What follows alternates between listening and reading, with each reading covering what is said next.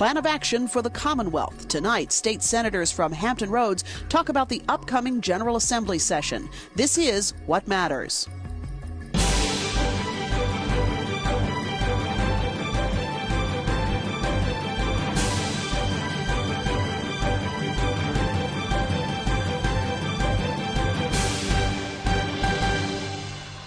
Good evening, I'm Cathy Lewis. On January 12th, the General Assembly gets down to business for the 2011 session, and we'll consider the issues by chamber. Joining us tonight to talk about what lawmakers will consider are three state senators representing the 7th District, Republican State Senator Frank Wagner, from the 1st District, Democratic State Senator John Miller, and from the 13th District, joining us is Republican State Senator Fred Quayle. Thanks to all of you for being with us today. Now, I know some of our viewers are readying their emails right now to say, hold up a minute, you have two Republicans and one Democrat.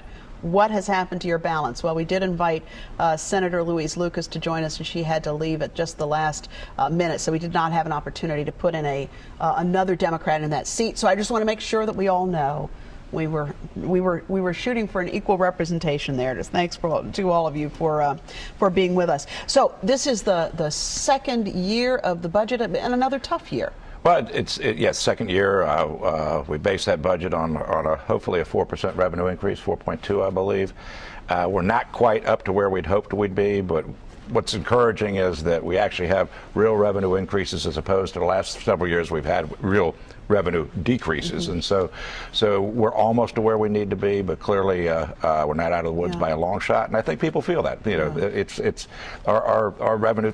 Primary revenue streams are from income taxes and sales taxes, and it's a direct reflection of the economy. How many people are working, how much are they making, and how much are they buying? And when those go down, our revenues go down, and we're not washing it. We can't print money.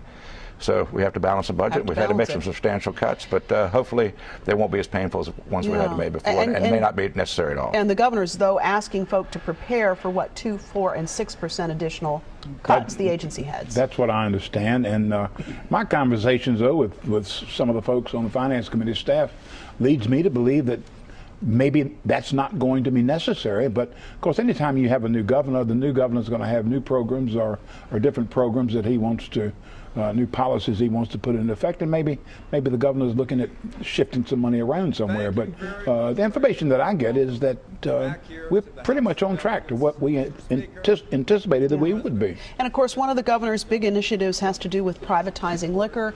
John Miller, I know there was a proposal or a contract that's been entered into for some consulting around that, but the special session that was anticipated didn't happen. So where do you think that's going? Well, I agree with the governor.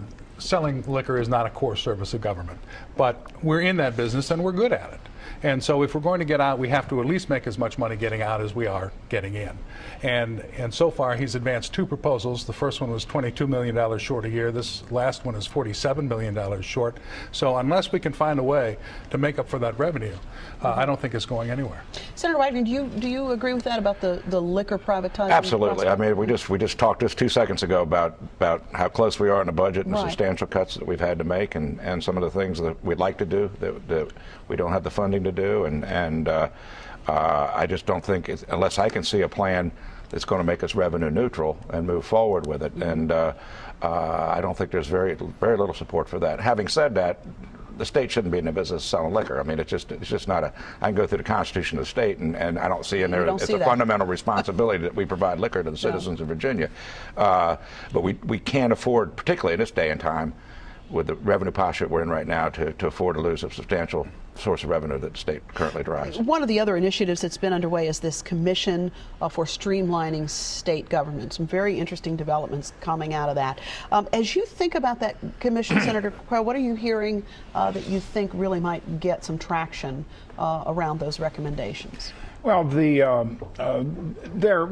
have more agencies in the Commonwealth of Virginia than any one person can sit down and name, and I am certain that many of those agencies do parallel jobs at least, and I'm confident that many of those agencies could be combined, cut down on administrative expenses, cut down on the manpower needed to run those agencies, and I expect that is a lot of what we will see coming out of the governor's office, recommendations to do that. Yeah, I note a plethora of potato agencies. There seem to be quite a number.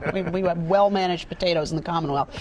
Do you anticipate that as well, John Miller, Senator Miller? Do you think that we're going to see some of the consolidation of agencies that might have like services? I would hope so. Yeah. I think, I was hoping that the past couple of years where we've had severe budget deficits, we would take that time to examine what the core services of government are and really consolidate and do the things that we must do, and let the private sector take over those things that we can no longer afford to do.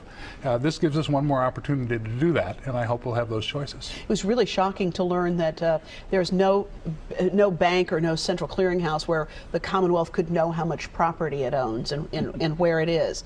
That was really quite shocking, I think. And then you were saying that the governor told you he has 2,800 appointments there, 2,800 appointments he has to make for all to service all these boards and commissions. And when you go down the list, as Fred said earlier, you can't possibly name all the agencies. You can't even come close to naming all these boards and commissions. And I was in a meeting earlier with the governor, with the Senate leadership and House leadership staff earlier this week, and I'm more than confident that when he produces the budget, and that'll be our first indication on the 16th of December when he rolls out his budget, what his ideas and thoughts are for consolidation. I certainly think it's time we looked at it. There's many agencies, as Fred said earlier, that have duplicate roles and missions, and the taxpayers are in no mood.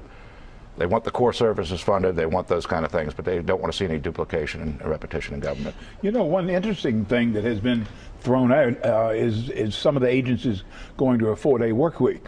Yeah, that is interesting. And I'm not exactly sure, how that will be received, but there is at least one other state in the union that has done that, although the data from their experience doesn't show that much in the way of savings. But it's going to be interesting to take a look at that. Yeah, sure. I have heard some people who are very much in favor of. Well, and I suppose in a situation where you're not able to give raises, as Commonwealth employees haven't received in a while, that those things that you can do to adjust things to maybe make their work life a little bit different, a little bit more palatable, might make a difference. And I guess there are energy savings too. They said that there's and of course, it wouldn't be the DMV or something like that, which you need every day. But yeah, we went down that road once, didn't we? That's interesting too, because the state, of course, has an agency called Telework VA that is about the business of promoting teleworking. So it kind of makes you wonder why we might not want to do that. And of course, redistricting, a tremendously significant issue with regard to the census having come out, or coming out, I should say. And then this spring, I think, will be the time when the process of redrawing the lines and the boundaries will take place. It's a really significant thing. It is our last chance to get it right. We are the third least competitive state in the country when it comes to elections, and we'll have 140 members of the General Assembly come up for election in November. And if you leave the pen in our hands, and we're drawing districts to protect ourselves, then we'll be able to give you 120 names, and we'll know the winners, as soon as those lines are drawn. We've got to get the pen out of politicians' hands, give it to folks who have common sense, can draw lines that make sense, that are contiguous, and not let us choose the voters before the voters have a chance to choose us. What the result of all that is that if I'm in a safe district, what's my incentive to work across the aisle with my Republican colleagues and get something done? I know I can't be defeated if the lines are drawn so much that it protects me that I can't lose an election. So I'm hoping that we go back there. The Senate has passed it the past 3 years. The governor says he's for it, and I hope the governor will weigh in. Tell us what it is. A bipartisan redistricting commission, and there are different numbers, but basically you would get 6 Republicans, 6 Democrats. They would choose a 7th who would be the chairman, and they would go off and draw the lines without knowing where the legislators live or what the demographics of the district are. They would just, you need to get 200,000 in a Senate district and come up with a plan that gets us there. Take a hole punch and just widen it out a little bit in some respects. Those districts are awfully interesting. Well, I mean, this year round is rather unique. Talk about bipartisan. The House is controlled by the Republicans, so the Republicans will draw the lines, and the Democrats control the Senate, and the Democrats will draw the lines. And so I guess in terms of line drawing, it'll be truly bipartisan as we move forward. But it's interesting to note that this bill has passed the Senate for quite a number of times, last 3 years, with a substantial majority on bipartisan relations, and it dies in the House routinely. And in the committee, subcommittee, subcommittee. Right. Yeah. So. So we'll keep pushing forward, but for now, I don't anticipate, particularly since a bill of this magnitude, no way it's going to have an emergency clause and get 80% of the vote. So even then, it wouldn't take effect till 1 July if it was to pass this year. And redistricting, just because of the timing of an election in November and the fact that Virginia still has to go to the Justice Department because of the Voting Rights Act and things like that from the 1960s, we're going to have to do redistricting just for the House and Senate members, not for congressional districts, in April, and get that filed up there so we can even know what the districts look like come August, when that's the absolute latest you can have a nomination if there's a primary fight or a firehouse convention or whatever it's going to be, in order to have an election in November. So that this timing is very critical to move forward with. It's a pretty compressed time frame for very, something that very important, compressed. isn't it? And again, you don't have any assurance until after the Justice Department comes out and says it's okay. Right. We bless these districts. So what if the Justice Department comes back and says, good try, but I don't recognize that shape that you've drawn there? I think it happened one time, I believe, in 1999, when we had to run 3-year elections. Yeah. You push your election back, you hold it, and then you hold get it, the new district approved, and you have another election. You have another election Wow. a year later. So that happened, I think, in 1990. Well, earlier on, back in when the Supreme Court went to one man, one vote, I think they had 3 elections in 3 years in a row before they finally got it sorted out. Right. So. Well, one of the other big issues that comes up perennially, and unfortunately, the money situation being what it is, it hasn't come up as meaningfully as I think some might like, is some conversation and some, not just conversation, but some movement on transportation and where we go from here with traffic. That, and this is nothing new. We could have probably replayed a show from 10 years ago and be talking about the same thing. But there is this new interesting development that there's a computer model that has been used as an aid for the TPO, the Transportation Planning Organization, to prioritize the projects in the region. When you look at the results of that computerized process, Midtown Tunnel comes in number 1, no big surprise there. The Hampton Roads Bridge Tunnel expansion comes in second, but just barely, and that seems to be because it has some funding possibilities attached to it. I want to get a sense from each of you about what you think about that process and what the prospects are for achieving. Well, I'm on the Hampton Roads Transportation Organization and one of the 4 legislators on there. And in the past, there was a disconnect between the MPO, the old MPO, and the General Assembly. Metropolitan Planning Organization. Yeah. They would present the General Assembly with 6 different projects totaling billions and billions of dollars, and we couldn't afford it. And so nothing ever got built.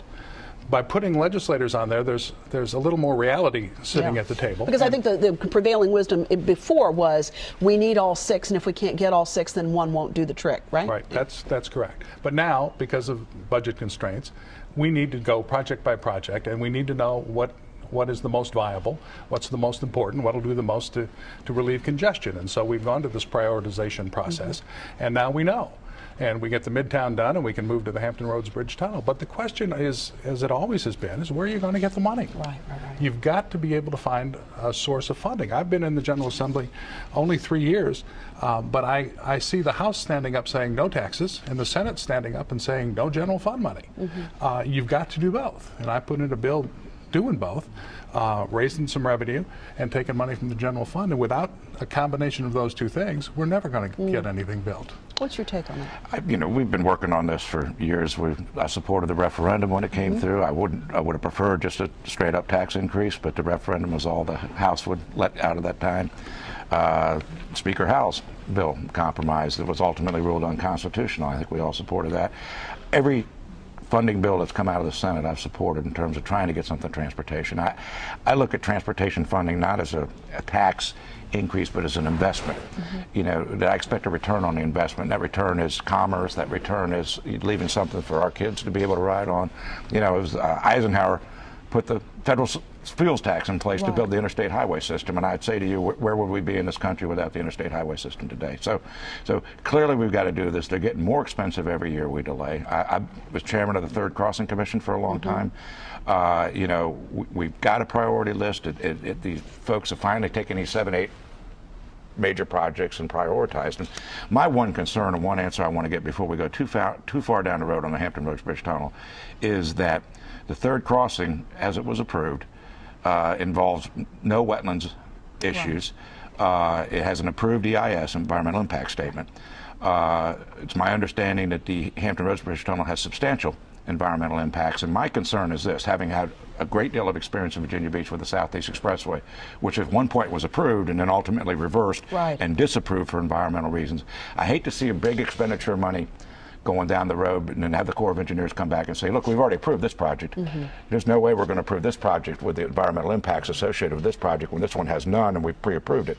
And which is what they've said is you really don't have that big a need for the Southeast Expressway in Virginia Beach. It has substantial environmental impacts, so we're pulling, so we're pulling it. Right. And I would hope that those in the business can take the time to go see the Corps. And, you know, if it is a viable project and we move forward with it, if the Corps says there's no way, you know, that we're going to approve this, then I think we need to focus our attention back on those projects that we know are going to get approved, because we spent a tremendous amount of money in the city of Virginia Beach trying to get the Southeast Expressway done. A tremendous amount of planning time, a lot of effort went into that whole project only to find out we couldn't get the permits to do it. And I think we can go to the federal government and say, can we get the permits to do it? If we can, then it's a viable project. And I think in that prioritizing process, when you put the human beings on the computer models, right, that is one of the things you'll be considering, the fact that the third crossing does have those EIS statements in place, which the HRBT doesn't. And you know, there's one other component to this too. The Navy has now told us that it's a readiness issue. They can't get their sailors from the homes to the ships in a timely manner. And our transportation system's affecting the readiness of the troops. So we have got to address that. And if transportation is a state responsibility, and I hear what you're all saying, you know, you've supported these funding packages, runs into a buzzsaw in the House of Delegates. How do we get past that? I mean, it sounds like what you're suggesting is that we have a pretty intractable situation. Cathy, you know, I've thought about this a lot, and I mean, 5 years ago, the Senate passed 6 different transportation bills, sent them over to the House, couldn't even get a vote on them in the committee over there. We are fast getting to the point, transportation-wise, where we're not going to be able to draw our money out of the federal transportation fund, because we have to have matching funds to do it. And I think when we finally get to the point where the federal government says, we're not going to give you back your federal gas tax money because you can't put up the state match, then we will be at a crisis point and people will realize we've got to do something about it. I'm afraid that's what it's going to take. And the people get it. There's a citizens committee on the Hampton Roads Transportation Organization that almost unanimously, I think one vote shy of unanimous, approved an increase in the gas tax to help pay for and any other revenue enhancements to pay for improvements in our infrastructure. The people get it. And when I go around to town halls and ask people, would you pay a higher gas tax, 75% of the people raise their hand. Even though we know that ultimately the improvements in gas mileage will reduce the effectiveness, but it's going to be a while before we get to that. Well, Cathy, I think that's an important point you just brought up, because the last time the General Assembly looked at gas taxes was 1987, and on average, cars are 25% more fuel efficient than they were in 97. So assuming you're the average driver driving that average car that's 25% more fuel efficient, the same amount of miles you drove in 1987, and it's very difficult to explain to taxpayers you've actually gotten a real 25% tax cut, because you're paying per gallon of gas and you're using 25% less gas and you're using 25%. At the same time, the cost of materials, land acquisition, environmental regulation, all of the things associated with road construction have more than tripled in terms of the overall cost. When you consider the cost of asphalt, concrete, all of those, the steel that goes into the roads, the cost of the land to acquire, the amount of environmental regulations that we just talked about earlier go into this, and you wonder why we have a problem. I mean, we've actually experienced a real cut. If you look at the actual numbers, because there's more cars on the road, more fuel being burned, the number's relatively flat, slowly rising because of the amount of volume on the roads. But for the average driver that's driving that more fuel efficient. Now, if you drove, I think I used a story back with Mary Margaret Whipple pointing out that in 1996, when she was first elected, she drove her Volvo down 25 miles a gallon, 4 gallons of gas from Arlington, donated $1.44 to the Transportation Trust Fund for that trip down from Arlington. And I said last night she drove down in her Prius, 50 miles a gallon, and donated 72 cents for that same ride, that same car occupied the same highway. She paid half as much 10 years later as she paid in gas taxes the year before. And that's what's going on with transportation. But I guess we go back to I think if you're a citizen watching this, you have to say, hold up a minute. You've got the Senate saying, all right, we'll fund this stuff. You've got the House saying no. The average person is sitting out there thinking, this sounds like there's not going to be a lot of change on this.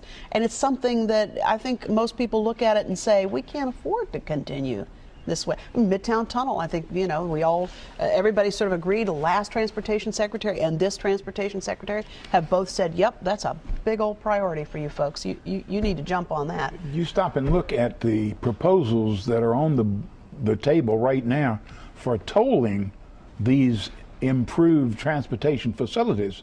When people, if it comes about, when people start paying those tolls, they're going to have second thoughts about paying about half that or less than half of that in increased gasoline taxes rather than the tolls. Yeah, because Midtown, they're looking at what I think the private part of the public-private partnership says 2 to 3, and the lawmakers are saying, well, really, we need to get that down about $1.50, something like that. But they haven't been able to do it. And the third Hampton Roads crossing is 4 to 6. Yeah. Right, 460, maybe as much as 11. 22 for trucks. Yeah. What we need to do. The governor campaigned on jobs and transportation. And we've set off transportation to the side, and we're going to do it in a special session, and that never happened, and now we're supposed to do it in January. No one is building consensus to get us, both the House and the Senate, to agree. The governor ought to call a group of members from the House and a group of members from the Senate, some from the administration, and lock them in a room and say, gentlemen, ladies, we're not leaving until we come up with a solution. It isn't that hard. I mean, there are only so many sources. They ought to be all road related. Then those who use the roads pay for the roads. And get that group together between now and the beginning of January and come up with a plan. Because this is a crisis situation. I understand what you're saying, but I remember Governor King did call us back for a special session. Now, he didn't have any legislation that he offered in the Senate anyway for his 50. We went back there nevertheless and stood and looked at each other for a day or so. But at the same token, the one bill that was put in by a House member got out on the floor of the House of Delegates, and it went down 100 to nothing. Even the guy who put the bill in voted against it on the floor of the House of Delegates. And so I mean, you talk about, well, I served 10 years in the House of Delegates, so I know an arena when I see one. So good times coming up in January. Certainly the floor of House of Delegates is an arena of the nth magnitude. And I want to thank all of you for being with us. We're going to get you back before I hope sometime during the session. I know that's tough. I'll be back in a moment with a final thought on just this very issue we've been talking about.